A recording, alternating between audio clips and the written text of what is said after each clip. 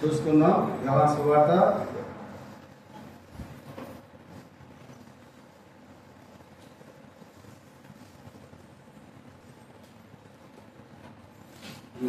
6వ అధ్యాయం. సువార్త 6వ అధ్యాయం 52 నుండి కొన్ని వచనాలు మార్చి చదువుతున్నాం.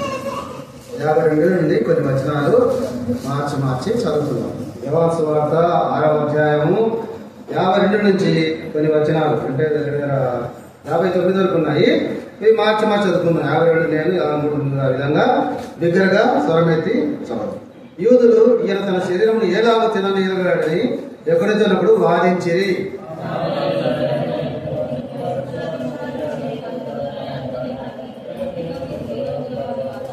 నా శరీరం తిని నా రక్తం త్రాగబడి నిత్యజీవం గలవాడు, అంత్యదినం నేను వాడిని లేపుదును.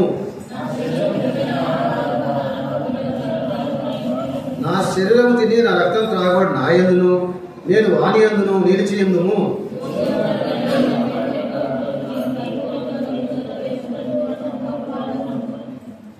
ఇదే పరలోకమున దిగి వచ్చిన ఆహారము. ఇతరులు మన్నాను తిని చనిపోయినట్టు కాదు. ఈ ఆహారం తినవాడు ఎల్లప్పుడూ జీవించునని నిశ్చయంగా మీతో చెప్పుచున్నాను. నేను ఆయన కపెర్నహూములో బోధించుచు సమాజ మందిరంలో ఎక్కడ చెప్పాడంటమ్మా? సమాజ మందిరం అంటే చర్చ్ అంటే మన చర్చ్, మన మందిరం. ఆయన మందిరంలో కూర్చొని ఈ మాటలు చెబుతూ ఉన్నాడు. దేవుడి వాక్యమును ఆశీర్వదించి విరిచి పట్టించును కాక. వాడు ప్రేమటి వాళ్ళరా, ఇప్పుడు మనం ఈ సమయంలో వల్లలో చేయడానికి వచ్చి ఉంటున్నాం. ఇది ఆషామాషి విషయము కాదు. నా ఎందు మీ ఎందు నా మాట నిలిచిన మీరు ఏది అడుగుదో 5:24 ఉంటుంది అన్నమాట. యోహాను సువార్త 5:24 ఉంటుంది. నా ఎందు మీరును నీ ఎందు నా మాట నన్ను పంపిన వాడిని విశ్వాసం ఉంచేవాడు నిత్య జీవం గలవాడు. వాడు తీర్పులోకి రాక మరణంలో నుండి జీవం. కాబట్టి వల్ల తీసుకునే వాళ్ళు తీర్పులోకి రారు. వల్ల తీసుకోవాలి. వల్ల తప్పనిసరిగా తీసుకోవాలి. వల్ల అంటే ఏంటి వల్ల అంటే మన మధ్యలో పెట్టినటువంటి రసము రొట్టె. ఏంటది? రసము రొట్టె కదా, దేవుని యొక్క శరీరం కదా. రసం అంటే ఆయన యొక్క రక్తం, ఆయన శరీరంలో ఆయన రక్తం మనం ఏమైపోతున్నాము? మనలో ఆయన, ఆయనలో మనం. అంటే ఇద్దరం కలిసి ఒక్కరే కదా. కాబట్టి యేసు ప్రభు మనలో వచ్చేసినాడు కదా. మనం ఆ రొట్టె తీసుకోవడం కదా. కొన్ని సంఘాలలో ఇలా చేయరు, ఇట్లా ఇవ్వరు కూడా ఇవ్వరు. ఈ గొప్ప ధన్యత మనకు వారము ప్రభు శరీరం, ప్రభు రక్తంలో పనులను పరీక్షించుకోవడానికి కదా. ఎక్కడైనా ఏ మాట మాట్లాడినా కానీ అయ్యో నాలో ప్రభు ఉన్నాడు, నాలో ఆయన రక్తం ఉంది, ఆయన శరీరం నాలో ఉంది కదా. నేను ఈ మాట మాట్లాడకూడదు, నేను ఈ విధంగా ప్రవర్తించకూడదు, నేను ఈ విధంగా కొట్లాడకూడదు, నేను ఈ విధంగా దూషించకూడదు కదా, నేను ఈ విధంగా చూడకూడదు కదా. మనల్ని హెచ్చరించడానికి వారం మనకు నర్సింగ్ గారి దర్శనం ద్వారా, నర్సింగ్ గారికి ఇచ్చిన వెలుగు ద్వారా, ప్రత్యక్షత ద్వారా మనకి ఈ సావాసం మనకు ఇచ్చినాడు. వారం వాళ్ళలో పాలు పంపులు పొందాలా. రక్షింపబడిన ప్రతి ఒక్కరము వాళ్ళలో పాలు పంపులు పొందాలా. అప్పుడు మనం ఏమవుతామంటే మత్తయి సువార్త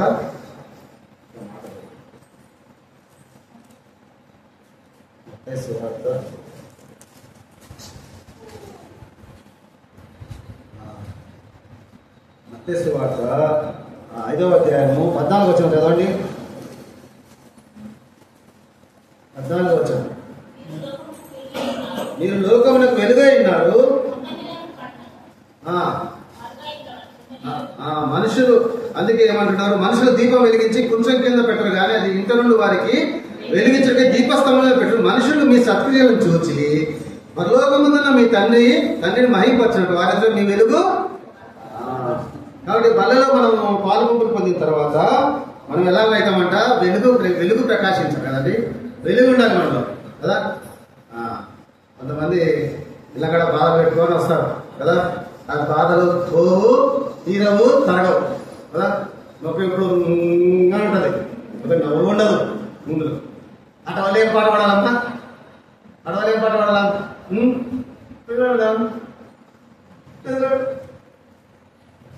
ఎప్పుడు కూడా ఏడుస్తానే చెప్తారు. అక్కడ ఏం పాట పాడతారు చెప్పా, నేర్చుకుంటారా పాట, నేర్చుకుంటారా పలకాల అట్లా ఉన్నోళ్ళే. పలకనమ్మా, నా పేరు భికారి,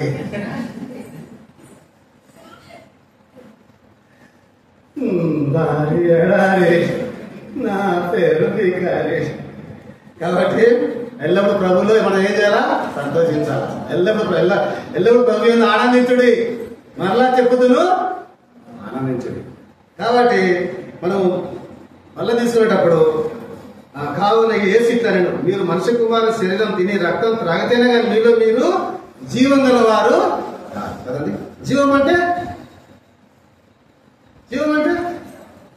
బ్రతుకున్నాడు, అయితే చనిపోతాం.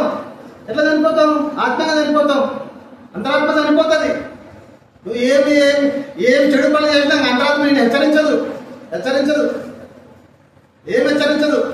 అయిపోయా, వీడు చచ్చిపోయినాడు అంతే లోపల కదా. అదే జీవం ఉంటే హెచ్చరిస్తుంటది, తప్పు, ఆగు, వెళ్ళొద్దలతో ఇరుకపోతావు. ఒక ఇన్సిడెంట్ లో ఒక 10 మంది పోయినారనుకోండి ఒక చోటుకి, ఏదైనా గొడవ కానీ, దాన్ని అందరూ తప్పించుకుంటారు. ఎవరు ఇరుకపోతారు చెప్పు, దేవుని బిడ్డలు ఇరుకపోతారు. అన్ని తప్పించుకుంటారు. అక్కడ ఇరుకపోయేది మన సెంట్రల్ జైలు పోయినాం. అక్కడ ఆ పేర్లను ఆ పేర్లే, పేతురు, యోహాను, లోపల ఖైదీలు ఉన్న వాళ్ళ పేర్లు పేతురు, యోహాను, మార్కు, 10 మంది పోయినారు, వీళ్ళు ఇరుకపోయినారు కదా. కాబట్టి దేవుని బిడ్డలుగా మనకు మన అంతరాత్మ మనల్ని హెచ్చరిస్తూ ఉండాలి, ఎప్పటికీ గద్దిస్తూ ఉండాలి కదా, చేయొద్దు తప్పు అని. కాబట్టి ప్రియమైన వాళ్ళరా, ఉదయకాల సమయంలో ఒక సూపర్ స్టోరీ తీసుకొచ్చిన, వింటారా విన్నారా? మళ్ళీ 6 నెలలకు వస్తా. కాబట్టి ఒక సూపర్ స్టోరీ తెచ్చిన. అదేమి స్టోరీ అంటే, మొదటి పేతురు చూడండి, 5వ అధ్యాయము 8వ వచనం. నిబ్బరమైన బుద్ధి గల వారై మెలకుగా ఉండుడి, మీ విరోధైన అపవాది గర్జించు సింహం వల్లే. కాబట్టి ఇక్కడ మనం ఎవరు చూస్తున్నాము, లయన్. ఎవరు లయన్? సింహాన్ని చూస్తున్నాం. ఒక సింహం ఇక్కడ ఉంది. సింహం ఏం చేస్తుందట? ఈరోజు మన పాటలో సింహమే. సింహం గురించి ఎక్కువదామని వచ్చిన నేను. కాబట్టి నిబ్బరమైన బుద్ధి గల వారై మెలకుగా ఉన్నాడు, మీ విరోధైన అపవాది గర్జించు సింహాన్ని ఎవరిని మింగుతున్నా అని వెదకుచున్నాడు. వెదకుచు తిరుగుతున్నాడు. కాబట్టి తిరుగుతా ఉన్నాడు, ఎవరిని మింగుతానని. ఎవరు? నేను సింహము అంటున్నాడు. మారువేషం వేసుకున్నాడు, నేను సింహము అంటున్నాడు కదండి. ఈ సింహం లక్షణాలు అసలు బైబిల్లో ఎంతమంది సింహాలను చంపినరు? సింహాలను ఎంతమంది చంపినారు? ఎవరైనా తెలుసా? చేతులు ఎత్తండి. ఎంతమంది చంపినారు? ఎంతమంది? బైబిల్లో ఎంతమంది సింహాలను చంపినారు? దావీదు తెలుసు కదా. ఇంకా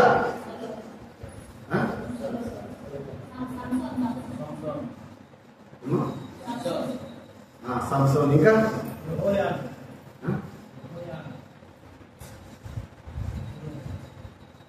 సో ఇక్కడ చూద్దాం అసలు సింహము కదా. ఈ సామెతల గ్రంథం 30:30 చూడండి. సామెతల గ్రంథం 30:30 30 పట్ అని చెప్పాను. టైం లేదు, 20 నిమిషాలు ఇచ్చాడు బ్రదర్, అంతే కదా. 30 అధ్యాయం 30 వచనం. టీవీతో నడిచిన 4 కలవు అవేమనగా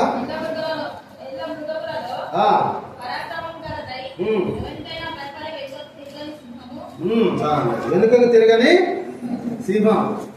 సింహము జనరల్ గా ఏమంటారు, అడవికి మనకు కథలు చిన్న కథలలో ఉంటాయి. నీతి కథలు, పిట్ట కథలు, బాలమిత్రలు, చందమామలు, ఏదైనా కానీ మనకు సింహాన్ని ఏం చూపిస్తాడంటే రాజు కదా, నీతిగా. అయితే ఇక్కడ సింహం ఏముంది, వెనుకకు తిరగని సింహం. ఎవరికైనా భయపడి వెనుకకు తిరిగిన సింహం అంటే సింహానికి ఏం లేదమ్మా, భయం లేదు. సింహానికి భయం లేదు కదా. ఎట్లా లేదు, దేవుడు అన్నిటికీ భయం ఇచ్చాడు కదా. ఎక్కడుంది ఆ మాట? దేవుడు ప్రతి జంతువుకి, ప్రతి పిట్టకు, ప్రతి పక్షికి, ప్రతి చీమకు, ప్రతి దానికి భయం పెట్టాడు. ఇప్పుడు బల్లాడు ఉంటుంది మన దగ్గర కూడా ఉంటుంది. ఎందుకు? భయం దానికి కదా. ఒక ఈగ దోమ వస్తుంది మన చేతులకే పోతుంది, భయం అది కదా. దేవుడు ఇచ్చిన భయమే. అదే దేవుడు జంతువులకు భయం లేకపోతే ఈ రోజున కుక్క కాటుకు ఎంతో మంది చచ్చిపోతారు. మనం కుక్క లేకపోతే భయపడతారు అది కదా. కుక్కని రాయకుండానే అది ఉక్కుతారు, వెళ్ళకపోతారు కదా. 9వ అధ్యాయం ఆదికాండము 9వ అధ్యాయము చదవండి. మొదటి 2 వచనాలు చదవండి.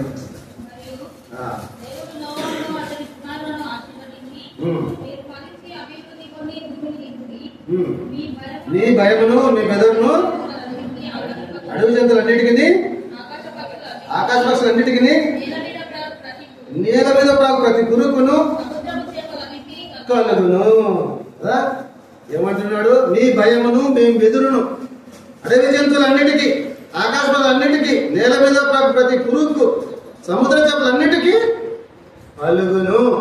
కాబట్టి ప్రతి దానికి భయాన్ని దేవుడు ఇచ్చినాడు. దేవుడే ఇచ్చినాడు ప్రతి భయాన్ని. అవి భయపడకపోతే మనుషుల్ని ఈజీగా చీల్చి పడేస్తాయి. మనుషులను రక్షించడానికి, మనుషులను కాపాడడానికి కదా దేవుడు వాటికి భయాన్ని ఇచ్చినాడు. అది కుక్కలు వచ్చినా కానీ మనిషి బయట కాళ్ళ కిందికి ఒక రాయి ఎప్పుడు గుర్తాయి. ఎందుకంటే దాని లోపల ఏముంది? భయం ఉంది. అది దేవుడు ఇచ్చిన భయం. అది ఆ భయం వల్ల మనుషులు సులభంగా జీవిస్తున్నారు. ఇంకా కొన్ని అంటే ఏదో రకంగా పిచ్చిపట్టు అవి వేరే విషయం, కానీ జనరల్ గా అన్నిటికీ భయమే. ప్రతి పక్షికి భయమే.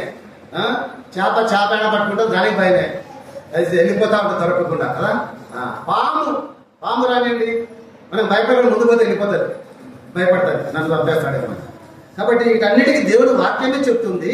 వీటికి భయమును బెదురును అడవి జంతువులన్నిటికీ ఇచ్చినాడు. అయితే ఈ 30 ఏమంటున్నాడు? ఎవరికైనా భయపడి వెనుకకు తిరగని సింహం అంటున్నాడు.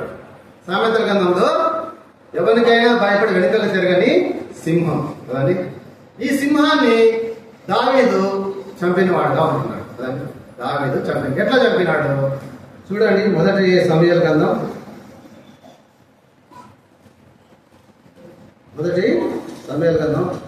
16వ అధ్యాయం 7వ వచనం చదవండి. మొదటి సమూయేలు గ్రంథం 16వ అధ్యాయం 7వ వచనం. అయితే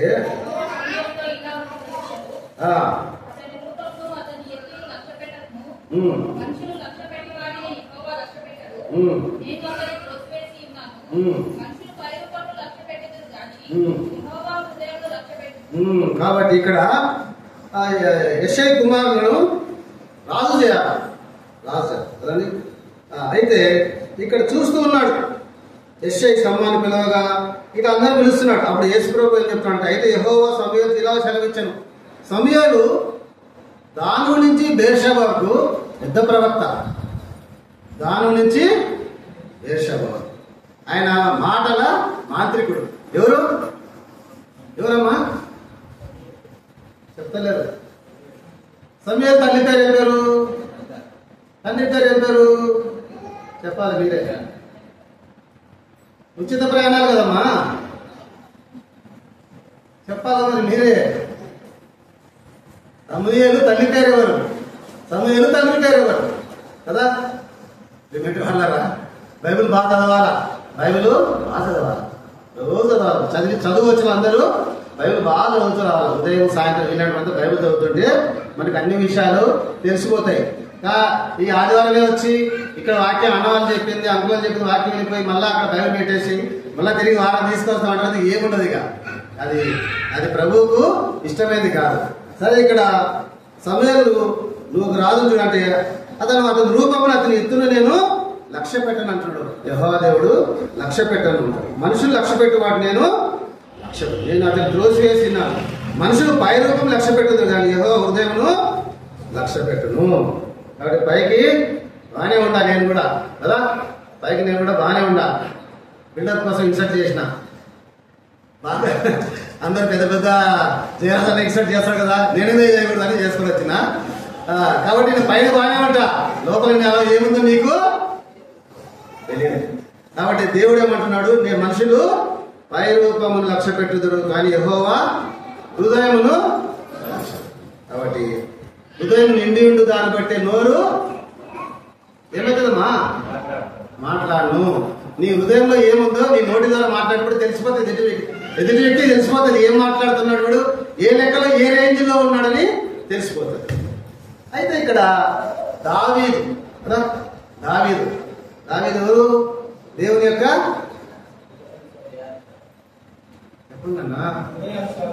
దేవుని యొక్క హృదయానుసారం కదా. దేవుని హృదయం ఆయన హృదయము కదా, దేవుని హృదయము.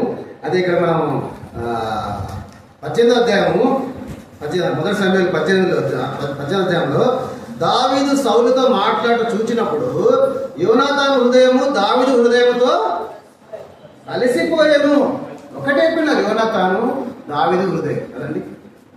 ఆ తర్వాత దావీదు దేవుడి హృదయంతో కలిసిపోయాడు. దేవుడి హృదయం దావీదు హృదయం ఒక్కటైపోయింది. అయితే దావీదు ఇక్కడ ఆ యొక్క ఫిలిష్తీయుడైన గొల్లియాతును చంపాలి.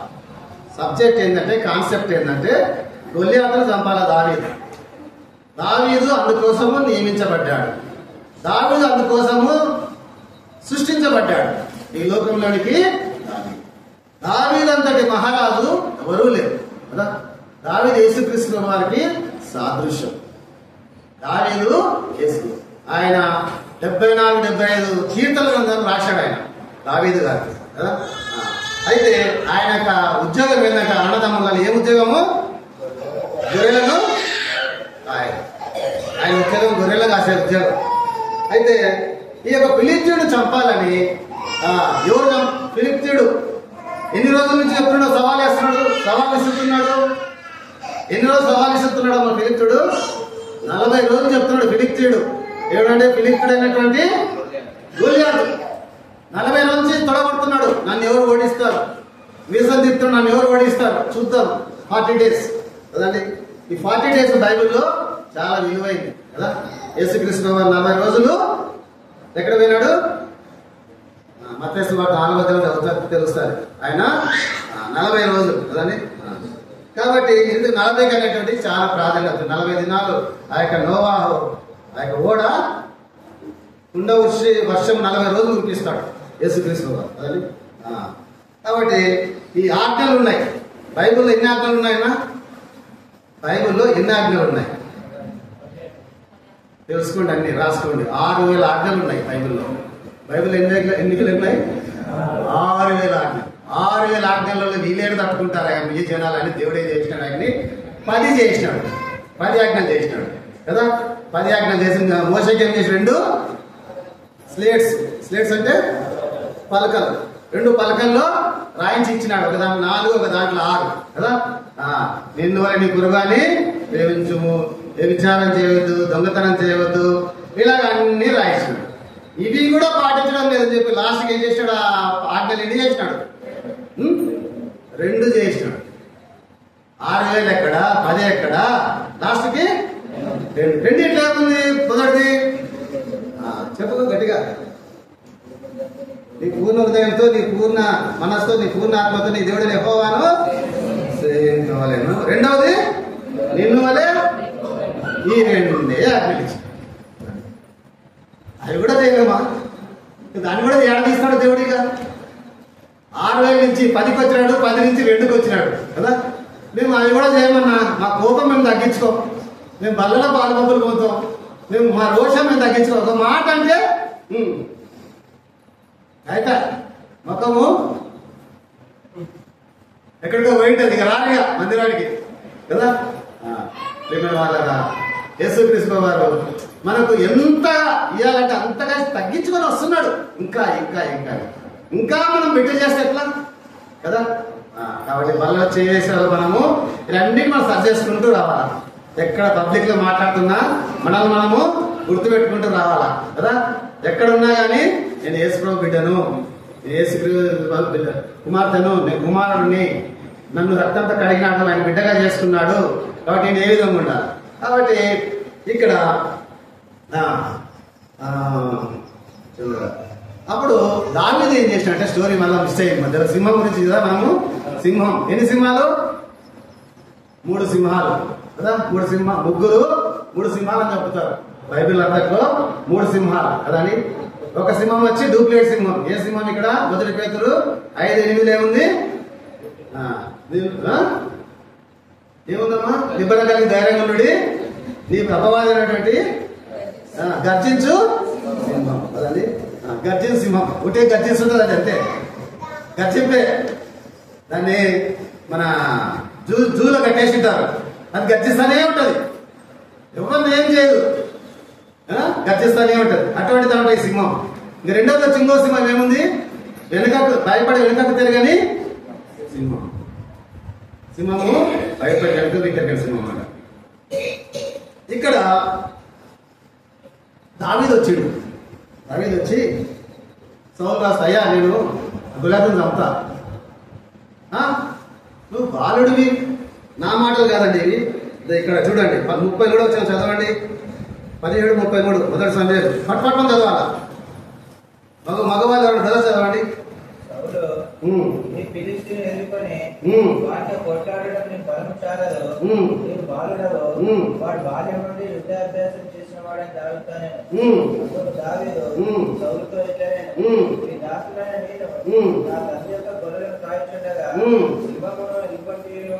వచ్చి మందులో గొర్రెపిల్లని ఎత్తుకెళ్ళిపోయాడు.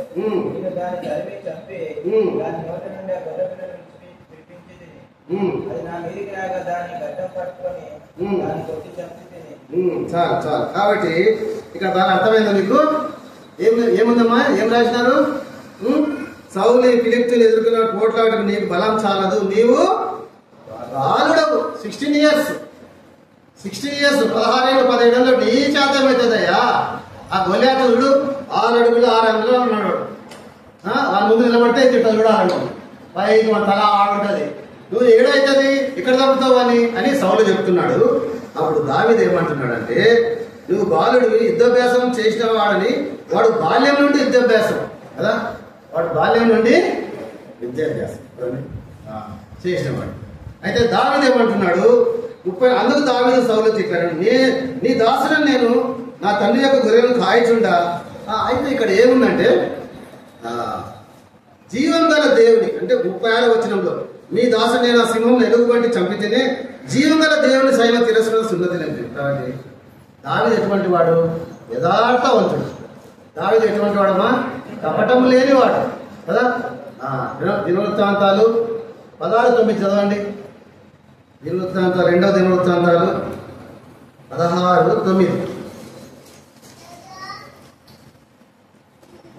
16:9 2వ దినవృత్తాంతాలు. తన ఎడల యథార్థ హృదయం గల వారిని బలపరచుటకై యెహోవా కనుదృష్టి లోకమంతటా సంచారము చేయుచున్నది. ఈ విషయమందు నువ్వు మతితో ప్రవర్తించు. కాబట్టి తన ఎడల యథార్థం గల హృదయం బలపరచడం. యథార్థ హృదయం కావాలి కదా, యథార్థ హృదయం లోపల. అందుకే 32వ కీర్తన గ్రంథంలో అంటాడు. 32 కీర్తన గ్రంథం చూడండి. కీర్తన గ్రంథం 32 చదవండి. మొదటి 2 వచనాలు. 32 కీర్తన గ్రంథం దావీదు రాసిన తన అతిక్రమణకు పరిహారం పొందినవాడు, తన పాపము ప్రాయశ్చిత్తం పొందినవాడు ధన్యుడు.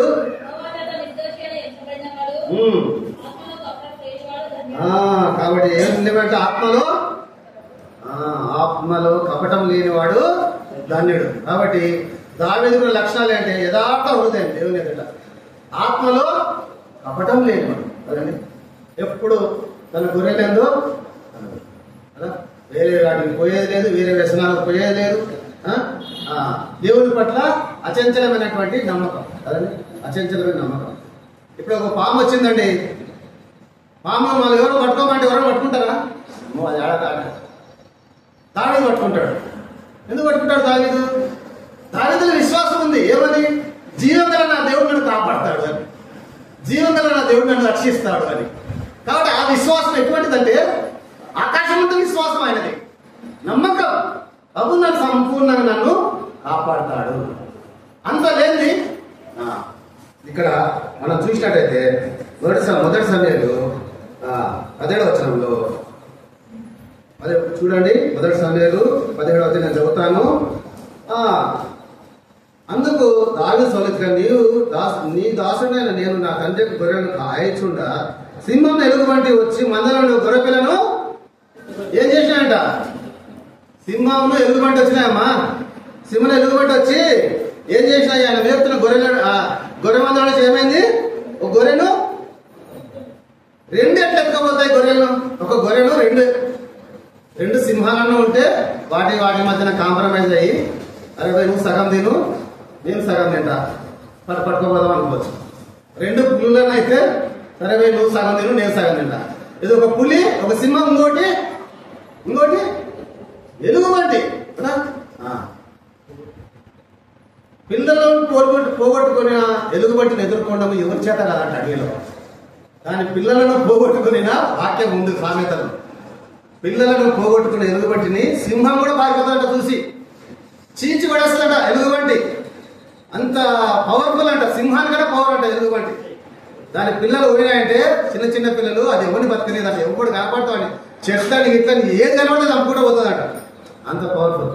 అయితే ఆ రెండు ఒకేసారి వచ్చాయి. దానికన్నా ఒక 5 నిమిషాల ముందు ఎలుగుబంటి వచ్చింది. ఎలుగుబంటి వచ్చి ఎత్తుకోవాలని చూస్తే దావీదు ఏం చేస్తున్నాడు? ఎలుగుబంటితో ఏం చేస్తున్నాడమ్మా? డబ్ల్యూడబ్ల్యూ చూసినా మీరు ఎప్పుడైనా టీవీలలో? డబ్ల్యూడబ్ల్యూ ఒక్కొక్కటి ఇట్లా ఉంటాడు, ఇట్లా అంటే కండలు పైకి లేస్తూ ఉంటాయి, కండ ఇట్లా గుగ్గలు లేస్తుంటాయి వానికి. డబ్ల్యూడబ్ల్యూ దావీదు ఎలుగుబంటితో కొట్లాడుతున్నాడు. ఈ కొట్లాడే టైంలో ఎవరు వచ్చినారు? సింహం వచ్చింది. సింహం వస్తే దావీదు ఏం చేయాలి? అప్పుడు దావీదు ఏం చేయాలి? ఒక్కడే దావీదు ఒక్కడే కదా. అందుకే దేవుడు అంటున్నాడు నా హృదయానుసారం దావీదుని ఎంతగా దేవుడు ప్రేమించాడంటే, అందుకే దావీదు మొదటి రాజులు ఉన్నాం 14 చదవండి, 4వ వచనం. మొదటి రాజులు 14:4. మొదటి రాజులు 14:4.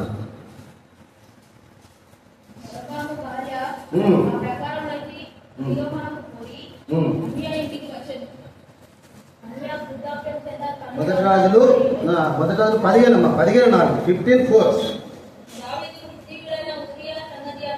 దావీదు హిత్తీయుడైన ఊరియా సంగతి తప్ప తన జీవిత దినములన్నీ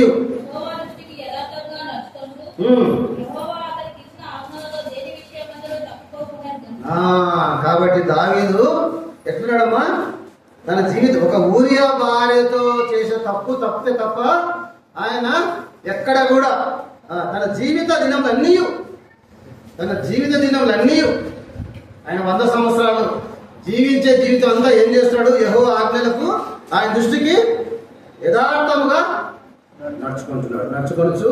యెహోవా అతనికి ఇచ్చిన ఆజ్ఞలకు దేని విషయంలో కూడా తప్పిపోలేదు. ఇన్ని క్వాలిఫికేషన్స్ ఉన్నాయి దావీదుకు. కాబట్టి అటువంటి దావీదు ఇక్కడ మనం చూస్తే 17వ అధ్యాయంలో ఎలుగుబంటితో పోరాడుతుంటే సింహం వచ్చింది. ఆడికి గొర్రెలు ఉన్నాయి కదా, గొర్రె పిల్లలు ఉన్నాయి కదండి. సామాన్య మానవుడు, నీలాగా నాలా ఉన్నాడు, ఒక కుక్క మీదకి వస్తేనే మనం ఏం చేస్తాం? భయపడిపోతాం కదా. కాబట్టి ఇక్కడ దావీదులో ఉన్నటువంటి ఆ యొక్క యేసుక్రీస్తు వారు, ఆ యొక్క ధైర్యం. యేసుక్రీస్తు వారు అంటే ఏంటమ్మా? ఏంటి యేసుక్రీస్తు అంటే? ధైర్యం అని. యేసుక్రీస్తు అంటే జయించడం, విక్టోరియస్ లైఫ్.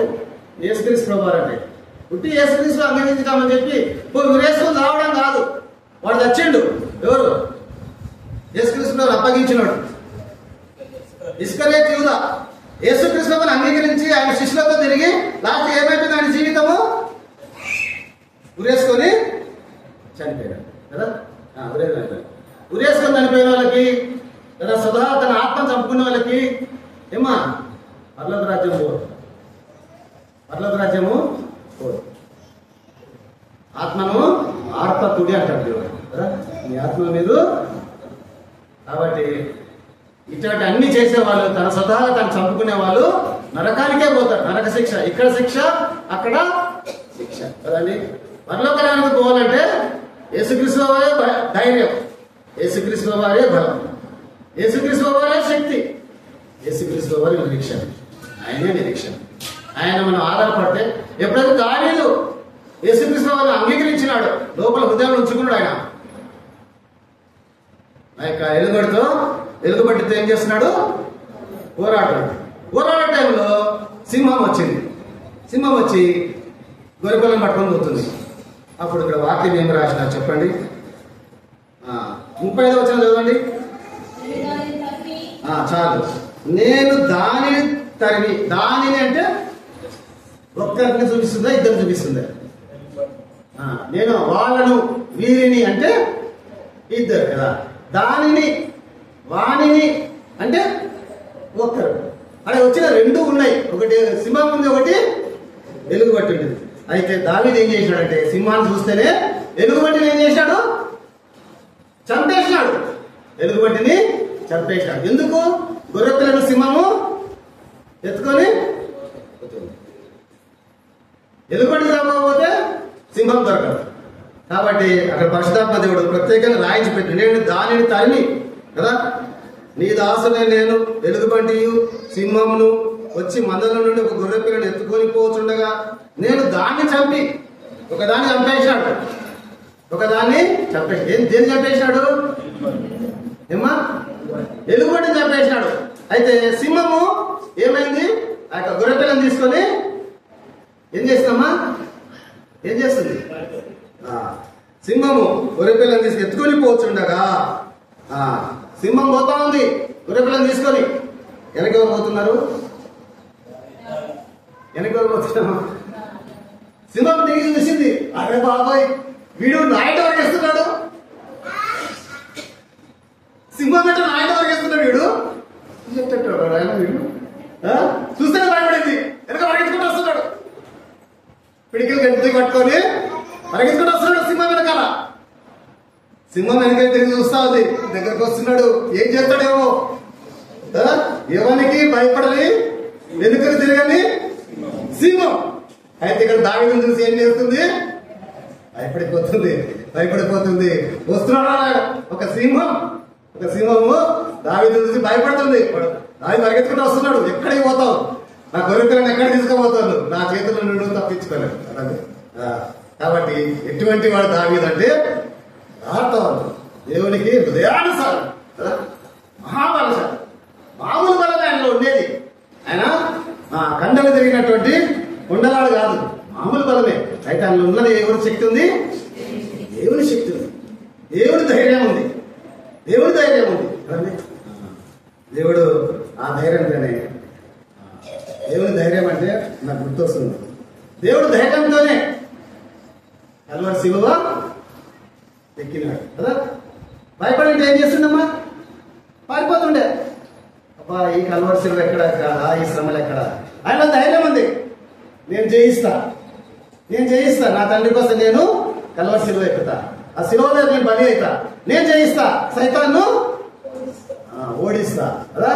అందుకే ఆయన కల్వరి శిలువ జయ జీవితం మీద ఎగరేసినాడు ఎక్కి కదా. తన చేతుల్లో చీరలు కొడుతున్నా అబ్బా అని కూడా అనడం లేదు కదా, అలాగే ఉంటున్నాడు. కాళ్ళలో చేయలు పెడుతున్నా అలాగే ఉంటున్నాడు కదా. ప్రాణం పోతున్నా కానీ అలాగే ఉంటుంది కదా. ఆయన జయ జీవితం, ఆయన ధైర్యం. అటువంటి దావీదుకు ఇచ్చినాడు. కాబట్టి ఇక్కడ మనం చూస్తే 18లో అది దాన్ని నా మీదకి రాగా దాన్ని గడ్డం పట్టుకొని దాన్ని కొట్టి చంపి తిని. దాన్ని గడ్డం పట్టుకోండి. గడ్డం పట్టుకుంటామా? అసలు ఎలుగుబంటిని మనం చూస్తే దగ్గర చూస్తే దగ్గర చూడగలుగుతాం. ఎలుగుబంటిని ఈ కూర ఈయనంటే ఇంటి దాని గోడలు ఇట్లా పైకి వచ్చి తిరిగింటాయి. ఇట్లా దెబ్బ కొట్టి ఇట్లా తీసిందంటే ఒక తొడగ పోతుంది. ఒక తొడగ కొట్టి గుంజిందంటే మొత్తం ఒక పాట ఇరిగిపోతుంది. అంత బలమైనటువంటిది ఎలుగుబంటి. సునాశనమైనటువంటి దావీదు దాన్ని చంపింది కాక సింహం వెనకాల వరగేస్తున్నాడు. సింహం మనం వరగేస్తే సింహం మన వెనకాల ఏం చేయాలమ్మా? పరిగెత్తాలి. మనం ఈ రోజులు అలా చూసే చోట్ల కదా. అయితే దావీదు ఏం చేస్తున్నాడంటే సింహం వెనకాల వరగేస్తున్నాడు. అదే భయపడుతుంది వెనక వరగేస్తుంటే. ఈడోడు ఆయన నన్ను మించిన ఉన్నట్టున్నాడు. నేనే సింహం అంటే నన్ను మించిన సింహం లాగా ఉన్నాడు. నేనే తప్పించుకుందాం అనేది గొర్రెలను పక్కన పెట్టి ఇక ఏం చేస్తారు? ఇక తప్పదంటే పరిస్థితుల్లో ఫైట్ చేయాల్సిందే కదా. తప్పదంటే ఫైట్ చేయడానికి వచ్చింది సింహం. అప్పుడు ఏం చేసినాడు? గడ్డం పట్టుకొని కొట్టేసాడు కదండి. కొట్టి చంపినాడు. కాబట్టి ప్రేమైన వాళ్ళరా, ఈ దేవుడు దావీదుకి ఇచ్చినటువంటి గొప్ప ఆధిక్యత.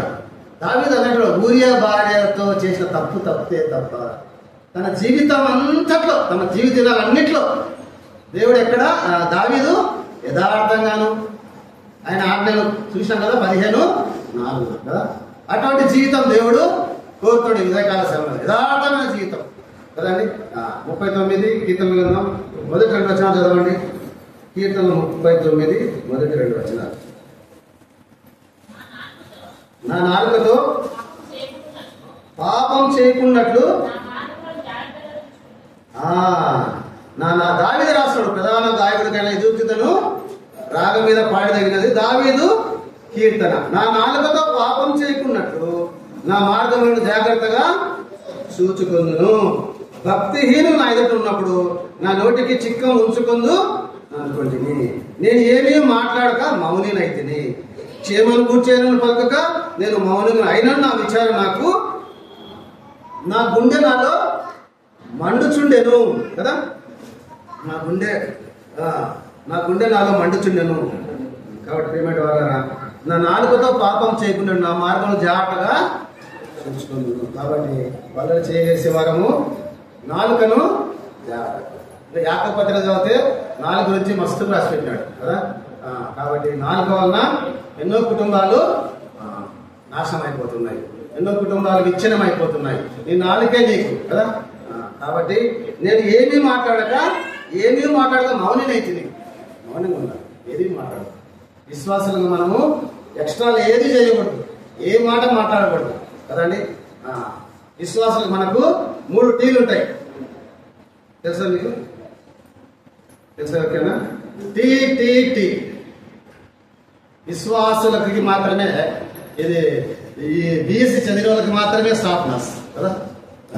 ఎంఎస్సి చదివిన వాళ్ళకి మాత్రమే ఈ నర్స్. ఈ పోస్ట్ లాగానే విశ్వాసాలకు కూడా 3 టీలు ఉంటాయి తెలుసా. ఫస్ట్ టీ ఏందమ్మా? విశ్వాసాలకు ఉండదగిన 3 టీలు కదా. ఫస్ట్ టీ వచ్చి టైం అంటే ఏంటమ్మా? చదువుకునే ఎవరు లేదా? సమయం. 10 గంటలకు ఆరంభించినాం, 10:30 అయింది. ఎవరు రాలే. మేమే పాట పాడుకుంటాం. నీళ్ళు తాగుతున్నా పాట పాడుకుంటాం, నీళ్ళు తాగుతున్నా పాట పాడుతున్నాం. ప్రజలు పాడంటున్నాడు. ఇట్లా చూస్తే 4 లేరు కదా.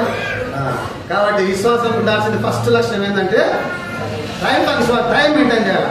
టైం 10 అంటే 10కి ఎగ్జాక్ట్ రావాలి. ఏసులో కూడా కూర్చొని బుక్ పెట్టుకొని రాసుకుంటున్నాడు. పేరు చెప్తే మళ్ళీ బాధపడతాడు. పేర్లు పలానా పేరు ఎప్పుడు 10 గంటల 16 నిమిషాల 3 సెకండ్లు. ఇంకొక అన్నొచ్చా 10:30 13 సెకండ్లు. సెకండ్లతో పాటు రాస్తాడు యేసుక్రీస్తు అదండి. కాబట్టి మన సమయం, మనము ప్రైవేట్ టైం ఎంత ఉపయోగిస్తాం, ఎంత ముందు పోతాం కదా. ఇప్పుడు ఎగ్జామ్ రాయడానికి 1 నిమిషం లేట్ అయినా ఏమైతుంది? మోసే ఒక్క నిమిషం లేట్ అయినా నువ్వు డిగ్రీ చేస్తున్నావు, అయిపోయిన తర్వాత నీకు అదే పనే. ఇంకా గ్రూప్స్ రాసే పనులే ఉంటాయి, ఎగ్జామ్ రాసే పనులే ఉంటాయి, ఏముంటుంది ఈ రోజుల్లో అలా అంతే. ఇక కాబట్టి ఎగ్జామ్లకి గ్రూపులకి ఒక్క నిమిషము లేట్ అయినా నో ఎంట్రీ. లోపలికి లేదు, అలవ లేదు. ఎంత భయపడిపోతాం, గంట ముందునే కూర్చుంటాం చెట్ల కింద, గంట ముందు పోయి చెట్ల కింద కూర్చుంటాం. ఈ లోకరీతిగా ఈ జీవనానికి, ఈ ఉద్యోగానికి, ఈ బ్రతుకు తెరువుకు మనము అంత టైం వెచ్చించినప్పుడు ఆ పరలోక రాజ్యానికి కదా మనం వెళ్ళడానికి కనీసం మాక్సిమం టైంలో రావాలి కదా. 10 అంటే 10 కన్నా రావాలి కదా. 10కి ఎక్కువ రావద్దండి, తక్కువ రావద్దండి, అదే 10 కన్నా రావాలి కదా మందిరానికి. కాబట్టి ఈ దినం పళ్ళలో ప్రభు వల్లలో, ప్రభు రొట్టెలో, శరీరంలో పాలు పొందే మనం అందరం, చేతులు ఎత్తే మనం అందరం, తీసుకుపోయే వాళ్ళు మనం అందరం కదా. కొద్దిమంది నేను తీసుకున్నా మళ్ళీ నేను బయట మాట్లాడతా, పెడతా, కొట్లాడతా, అది తప్పు. ఒక సంఘంలో ఒక ఆయన నేను తీసుకున్నా, ఎందుకు నేను బయట కొట్లాడుతానన్నా, నా వేరే ఉంటుంది కదా. మరి ఇక్కడ వచ్చిందంటే ఏం చేస్తావు, ఆరాధిస్తున్నావు, అన్ని చేస్తున్నావు, బల్లన్నీ తీసుకుంటలేవు కదండి. కాబట్టి బల్ల తప్పనిసరిగా తీసుకోవాలి. మొదట నీ ప్రతివాదితో నువ్వు పోయి క్షమాపణ అడిగి దాన్ని విడిచిపెట్టి, మత్తయి సువార్తలో ఉంది, విడిచిపెట్టి తిరిగి నువ్వు. కాబట్టి నువ్వు క్షమాపణ అడుక్కోవాలి బల్ల ముందు. ప్రభా నేను ఇట్లా చేసి ఈ వారంలో లేదా నాకు క్షమించు, ఇక ముందే నేను జాగ్రత్త ఉండేటట్టు నాకు సహాయం చేయి అంటే ప్రభు సహాయం చేస్తాడు. నీ ఆశ ప్రభు తీరుస్తాడు కదండి. ఫస్ట్ వచ్చి మోస్ట్ ఇంపార్టెంట్ టైం కదండి. టైం దేవునికి ఇవ్వాలి, దేవుని టైము దేవునికి ఇవ్వాలి, బయట టైం బయట ఇవ్వాలి కదా. దేవుని టైం ఏమో నా ఇష్టము, ఆయన ఏం చూస్తుంటే కూర్చొని ఉన్నాడు, దగ్గర రాసుకుంటూనే ఉన్నాడు కదా. దూతలు వస్తారంట, దూతలను పంపిస్తాడంట దేవుడు పర్లోకం నుండి. ఓ 2 మందిని హత్తునురా, గేట్ కాళ్ళు నడుకుని రాసుకున్నారు అని టైంకి వస్తారు, అన్నీ రాసుకుంటారట. ప్రభా ఫలానా బ్రదర్ ఈ టైంకి వచ్చింది, ఫలానా అక్క ఈ టైంకి వచ్చింది, ఓకే. మళ్ళీ బైబిల్ స్టడీ నలుగురిని మళ్ళీ ఎక్కడ రాసుకుంటాం, ఎంతమంది బైబిల్ స్టడీ. ప్రేయర్ మీటింగ్ అయితే ఒక 50 మంది రావచ్చు అనుకుంటా. ఏమ్మా సేవకు రాదు, ఒక 50% ఒక 50 మంది వస్తారా ప్రేయర్కి? ప్రేయర్కి ఎవరు వస్తారు? ఎవరు రారు. ఒకరిద్దరు తప్పితే ఎవరు రారు ప్రేయర్కి. వాళ్ళిద్దరు కూర్చొని ప్రేయర్ చేసుకోవాలి, కుటుంబం గురించి ప్రేయర్ చేసుకోవాల్సిందే. 5-6 మందికి ఎక్కువ రారు కదండి. నెగ్లెక్ట్ ఏముంది ప్రార్థన కదండి. ప్రార్థన ద్వారా ఎంత శక్తి ఉందో మీకు తెలియదు. సంఘం అయితే అత్యాశక్తితో, అపొస్తలుల కార్యాలు 12:5 ఉంటుంది. సంఘం అయితే అత్యాశక్తితో ప్రార్థించాలి. కాబట్టి నేను చెప్పేది ఏమంటే ఇంకొక 5 నిమిషాలే టైం అయిపోయింది. ఫస్ట్ టీ అంటే టైం మనం తప్పనిసరిగా మనము పాటించాలా.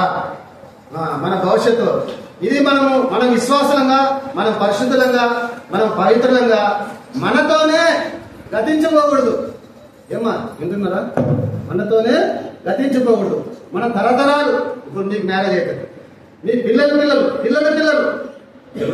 ఇప్పుడు ఎవరైనా వస్తారు స్పీకర్, కొంతమంది అన్న ఎట్లా రక్షింపన్నాం, మా అమ్మ కన్నీటి ప్రార్థన అన్నా, మా అమ్మ కన్నీటి రాత్రులలో నేను నిద్రపోతుంటే నా బుగ్గల పైన ఆ కన్నీరు చుక్కలు పడేదన్నా, అట్లా చేయడం వల్ల ఈరోజు రక్షిపోవద్దన్నా నేను ప్రార్థన ఏడుస్తూ చెప్తున్నాను. అది మన తరతరాలు ఉండాలా. మనం ఇది ఏదో ఇప్పటికి టైంపాస్ అనేసి మనం వెళ్ళిపోవడం కాదు భూమిలోకి. మన తరతరాలు మనం పోయిన తర్వాత ఇంకోతారు 10 తరాలు అట్లనే విశ్వాసం కొనసాగాల మన వంశం అంతా. అలా ఉండాల.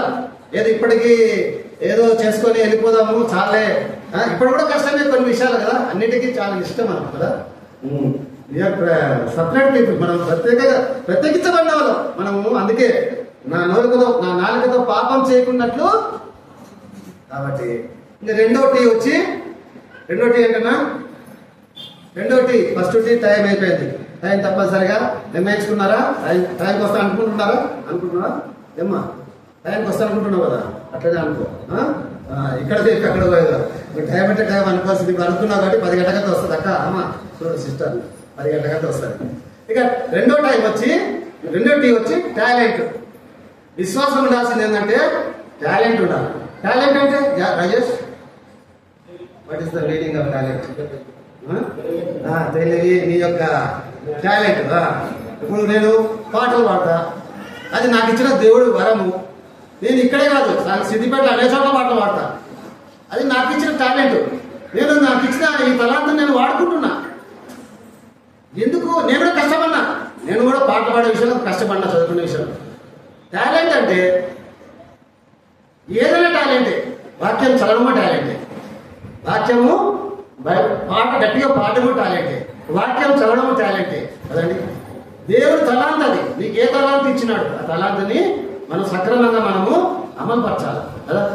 చదవండి చదవండి చదవండి అంటే ఈ ఎవరో గడ్డాల మీద ఒక్కరు చదవరు, వీళ్ళు చదివేదో ఏం చదివినా ఏ సంఘం పోయినా కానీ వీళ్ళే ఫస్ట్.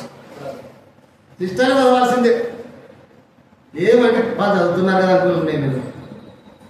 చెప్పండి, వాళ్ళకి అవకాశం. మీరు చదవరా? మీరేం చదువుతున్నారు? మీరు బీటెక్ చేసినట్టు తెలుగు వచ్చా? తెలుగు వచ్చా? మరి చదవరు. సిస్టర్ చదువుతున్నారు అనుకున్నాను.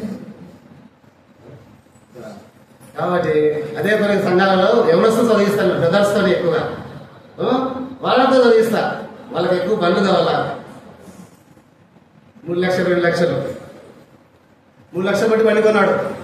ఎంబీబీఎస్ చేస్తాడు ముగ్గురు మా దగ్గర సిద్దిపేటలో. 3 లక్షలు ఏదో ఎన్ఫీల్డా 3 లక్షలు బండి. యాక్సిడెంట్ స్పీడ్ పోతున్నాడు, కుక్క అడ్డం వచ్చింది, పట్టి కొట్టినాడు. ఒకరికి ఎదిగిపోయిందమ్మా, ఎంత బయటకు వచ్చింది. ఈ తొడ ఎంక ఎదిగిపోయి బయటకు వచ్చింది చిచ్చుగా. ఎస్డి బండి బుల్లెట్ బండి అయినా కానీ కంట్రోల్ ఉండాలా లేదా? హెచ్డి బండి బుల్లెట్ బండి ఉన్నది మాత్రం ఏదైనా కుక్క వస్తే రెక్కలు వచ్చి పైకి ఎక్కేది కాదు కదా. అవి రెక్కలు అప్పుడు రెక్కలు వస్తాయి, పైకి లేచిపోయి మళ్ళీ కింద దిగుతుంది. అది నీ చేతుల్లో ఉంటుంది కంట్రోల్. 3 లక్షలు పోయి 3 లక్షలు పోయింది, ముగ్గురు పోయి కిమ్స్లో అడ్మిట్ అయినా. ఎంత ఉంటుంది వాటి పేమెంట్ వల్ల టాలెంట్ కదా. సెకండ్ టీ వచ్చి దానికి ఏముంది ప్రొనౌన్సియేషన్? టాలెంట్. టాలెంట్ ఉపయోగపడాలి. నేనెందుకు కన్యర కొట్టకూడదు? నేనెందుకు తప్పలా కొట్టకూడదు? నేనెందుకు క్యాషియర్ ప్లే చేయకూడదు? ఇంట్రెస్ట్ నేను చేయాలా, దేవుడిని సేవ చేయాలి కదా. ఇది ఒక సేవనే కదండి. అదే ఒక టాలెంట్ ఉపయోగపడాలా, ఇంట్రెస్ట్ ఉండాలా, దేవుని సేవ చేయాలా. ఆ సేవ అంటే అదే సేవ కాదు, సేవ అన్న ఎదురు చేసేది కాదు, ఇది కూడా సేవనే, ఇది కూడా చేయాలి. బైబుల్ చదవడం ఒక సేవనే, పాటలు పాడడం ఒక సేవనే, ఇన్స్ట్రుమెంట్స్ వాయించడం ఒక సేవనే. టాలెంట్ నీకు ఇష్టం ఉంటే నీకు టాలెంట్ నీకు దేవుడు తీసుకొస్తాడు. నీకు ఇష్టం ఉండాలి, ముందు నీకు ఇష్టం ఉండాలి. ఓకే, సెకండ్ టాలెంట్ కదా. Second talent. థర్డ్ టీ వచ్చి మూడో టీ ప్రెజర్. ఇది చాలా ఇష్టం. ప్రెజర్ అంటే పైసా పైసా పైసా. ఏమి ఇస్తున్నాం మందిరానికి, ఏమి ఇస్తున్నాం బయట. కాబట్టి పేమెంట్ వల్ల డబ్బు కదా. డబ్బు, ఈ డబ్బు దేవుడు ఇచ్చిందే మనకు కదా. మనకి ఎక్కడి నుంచో పుట్టి రాలే, దేవుడు ఇచ్చింది. దేవుడు ఇచ్చిన దానికి మనము దేవునికి ఎంత ఖర్చు పెడుతున్నాం, ఎంత ఇస్తున్నాం, దేవుని సేవకు ఎంత ఇస్తున్నాం, దేవుని బిడ్డలకు ఎంత సహాయం చేస్తున్నాం కదండి. కాబట్టి ఆ రీతిగా మనం ఎప్పుడు రాష్ట్ర పత్రికలో వచ్చాం. ధనము మనం ఇందాక చదివినట్టు, ధనాపేక్ష లేని వారై మీకు కలిగిన వారితో తృప్తి పొంది నుండుడి. 13వ అధ్యాయము 5వ వచనం. ధనాపేక్ష లేని వారై. ఇక ధనం గురించి ఎంతో ఉంది. ఏదేమైనా కానీ విశ్వాసంగా మనము మన టైంని, సెకండ్ టీ వచ్చి మన టాలెంట్ని, థర్డ్ టీ వచ్చి ట్రెజరీని కదా. ట్రెజరీ అంటే డబ్బు కదండి. డబ్బుని మనం ప్రభు సేవకు, ప్రభు పరిచర్యకు ఏ విధంగా ఖర్చు పెడుతున్నాం కదా. ఏ విధంగా ఖర్చు పెడుతున్నాం. నేను సిద్దిపేటలో జనరల్గా ఆ సేవకుడు సండే రోజు నా మటుకు నేను గొప్పగా చెప్పడం లేదు, ఒకరు నేర్పించాలని చెప్తుంటా. ఫోన్ చేస్తా మార్నింగ్ 9 గంటలకు, అన్న ఏముంది వంట? ఆడ సండే భోజనం ఉంటుంది. అన్న ఏముంది వంట? అన్న కర్రీ ఏముంది? కర్రీ అన్న పప్పు సార్. ఎక్కేద్దామా అన్న మీ ఇష్టం. ఏదో 600 ఫోన్ పే చేస్తున్నా అన్న, 600 ఫోన్ పే చేస్తున్నా, ఎగ్ అరేంజ్ చేయండి. మంచి నీకు 600కి 60,000 ఇస్తాడు. ఎక్కడికి 600కి ఎంత ఇస్తాడమ్మా? 60,000 ఇస్తాడు. అది ఎట్లా ఇస్తాడో దేవుడే ఇక అవసరాలు అక్కర్లు కదండి. కాబట్టి మన మూటీలు కదండి, మన విశ్వాసంగా మూటీలు మనము సక్రమంగా పాటిద్దాం. చివరిగా ఒక వాక్యం చదివి ముగించుకోండి. చివరిగా ఒక వాక్యం చదివి ముగించండి. ప్రకటన గ్రంథము 5వ అధ్యాయము 4-5 వచనాలు అందరూ కలిసి చదువుకుందాం. ప్రకటన గ్రంథము 5వ అధ్యాయం 4-5 వచనాలు. ప్రకటన గ్రంథం 5వ అధ్యాయం 4-5 వచనాలు. ఆ గ్రంథం ఇప్పుడుకైనను చూచుటకైనను ఎలుగుడెవడను కనబడనందున నేను బాగా ఏడ్చుచుండగా ఆ పెద్దలప్పుడు ఏడవకము, ఇదిగో దావీదు చిగురైన యూదా గోత్రపు సింహము 7 ముద్రలను తీసి ఆ గ్రంథం ఇప్పటికే జయం పొందినని నాతో చెప్పాను. ఇక్కడ ఒక సింహం ఉంది. ఏ సింహం ఇది? యూదా గోత్రపు సింహం. ఈ రెండు సింహాల గురించి నెక్స్ట్ ఎప్పుడైనా వచ్చినప్పుడు చెప్తాను. ఇప్పుడు ఒక్క సింహం మాత్రం, దావీదు సింహం మాత్రం చెప్తున్నా. ఇంకో 2 సింహాలు ఉన్నాయి. ఆ సింహం గురించి మళ్ళీ వచ్చినప్పుడు ఇంకోసారి చూసి టైం అయిపోయింది, మనకు 1:10 అవుతుంది, ముగిస్తున్నాము. కాబట్టి ఈ సింహం ఎవరు? యూదా గోత్రపు సింహం. యూదా గోత్రపు సింహం కదా. ఆ గ్రంథం ఇప్పటికైనా చూచుటకైనా యోగుడు ఎవడను కనబడనందున నేను బహుగా ఏడ్చుచుండగా. మన ప్రార్థన ఎట్టుండాలమ్మా? మన ప్రార్థన ఎట్టుండాలా? విలాప వాక్యాలు చూడండి.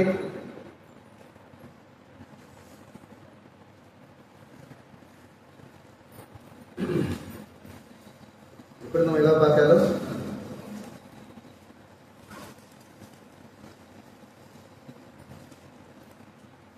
దేని మధ్యలో ఉంది?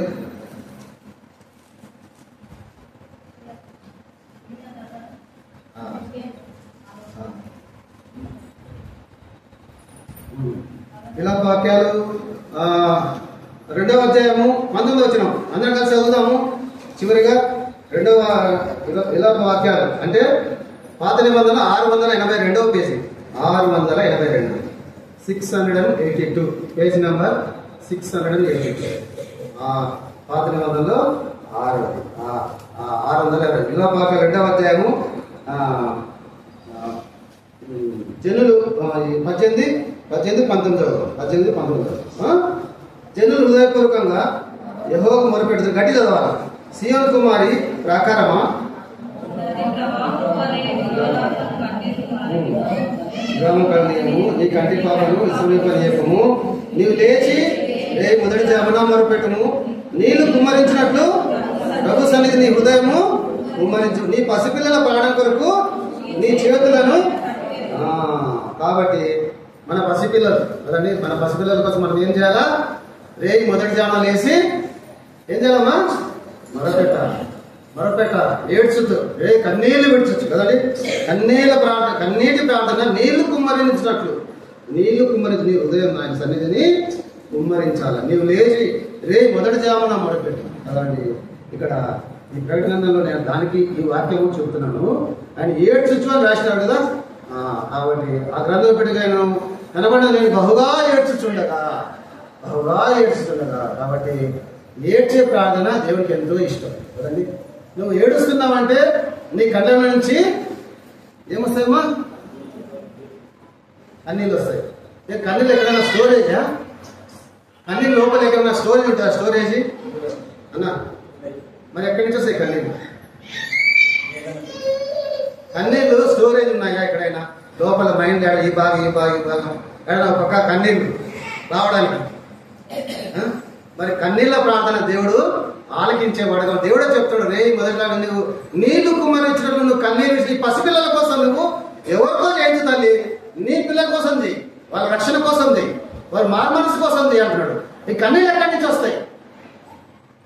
ఏమా కన్నీళ్ళు ఎక్కడి నుంచి వస్తాయి బేట?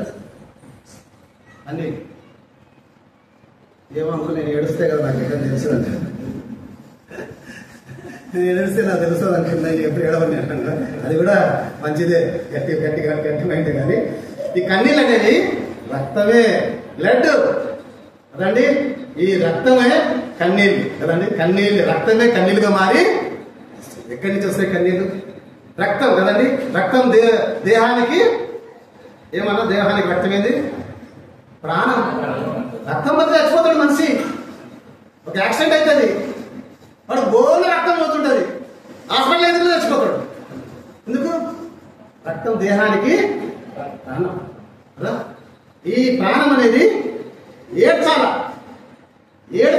ఏ రీతిగా? కన్నీళ్ళుగా. ఈ ప్రాణం అనేది, రక్తం అనేది ఏడుస్తూ ఉంటే రక్తం ఏమైపోతుంది? కన్నీళ్ళుగా మారి. అయితే నువ్వు రక్తాన్ని యేసుక్రీస్తు వారికి, యేసుక్రీస్తు కోసము కారుస్తున్నట్టు నీ గుండె చెదిరితే, నీ గుండె గాయపడితే, నీ గుండె దేవుని పట్ల నీ గుండె ఎంతగా తగ్గించుకుంటావో అప్పుడు నీలో నుంచి, అందుకే విరిగి నలిగిన హృదయమే దేవునికి ఇష్టమైన బలి. కాబట్టి ప్రియమైన వాళ్ళరా, కాబట్టి ఈరోజు నేను తీర్మానం చేస్తున్నాం, మధ్యరాత్రి లేస్తా ప్రభా, నేను 2:30కు లేస్తా, వాష్రూమ్ పోయేస్తా, ప్రార్థన చేస్తా. అందరం తీర్మానం చేసుకుందాం, ప్రభా వాష్రూమ్ పోయినంత నేను ప్రార్థన చేస్తాను, మొదటి జాము నేను లేచి ప్రార్థన చేస్తాను. కాబట్టి యూదా గోత్రపు సింహం కదండి, గ్రంథం యొక్క యోగ్యుడు ఎవరు? కాబట్టి మన జీవితాల్లో టైం అయిపోయింది. మన జీవితాల్లో మనము 3 టీలను మనము మర్చిపోకూడదు. ఫస్ట్ టీ ఏది? టైం. సెకండ్ టీ టాలెంట్ కదా. థర్డ్ టీ ట్రెజరీ, అంటే మనీ అని చెప్పచ్చు, డబ్బు కదా. నీ మనీని, దేవుడు నీకు ఇచ్చిన జీతాన్ని, నీకు ఇచ్చిన ఉద్యోగాన్ని, నీకు ఇచ్చిన డబ్బులు ఏ విధంగా ఖర్చు పెడుతున్నావు? దేవుని సేవ, దేవుని బిడ్డల, దేవుని ఇంటికి కదండి. ఇవన్నీ బలలో పాల్గొనలు పొంది మనము ప్రభులో తీర్మానం చేసుకుందాం. ప్రభా నిజం నా టైం నేను ఇవ్వడం లేదు, నేను నీకు ఎక్కువ టైం ఇవ్వడం లేదు ప్రభా, నన్ను క్షమించు. నా టాలెంట్ నేను ఉపయోగించడం లేదు ప్రభా, నన్ను క్షమించు. నా డబ్బును నేను ఎక్కువ వినియోగించడం లేదు ప్రభా, నన్ను క్షమించు. నీ రక్తంతో కడుగు, ఇక ముందు నేను సరి చేసుకోవడం సాయం చేయండి. ఆ రీతిగా ప్రభు బలలో పాల్గొనుకున్నాను. మోకాల మీదకి రండి, అందరూ మోకాల మీదకి రండి, కళ్ళు మూసుకోండి, తలవంచండి, ప్రార్థనలో ఉండండి. ప్రభు దగ్గర అడుక్కోండి, అడగండి, ప్రభు నిజం కాదు ప్రభు.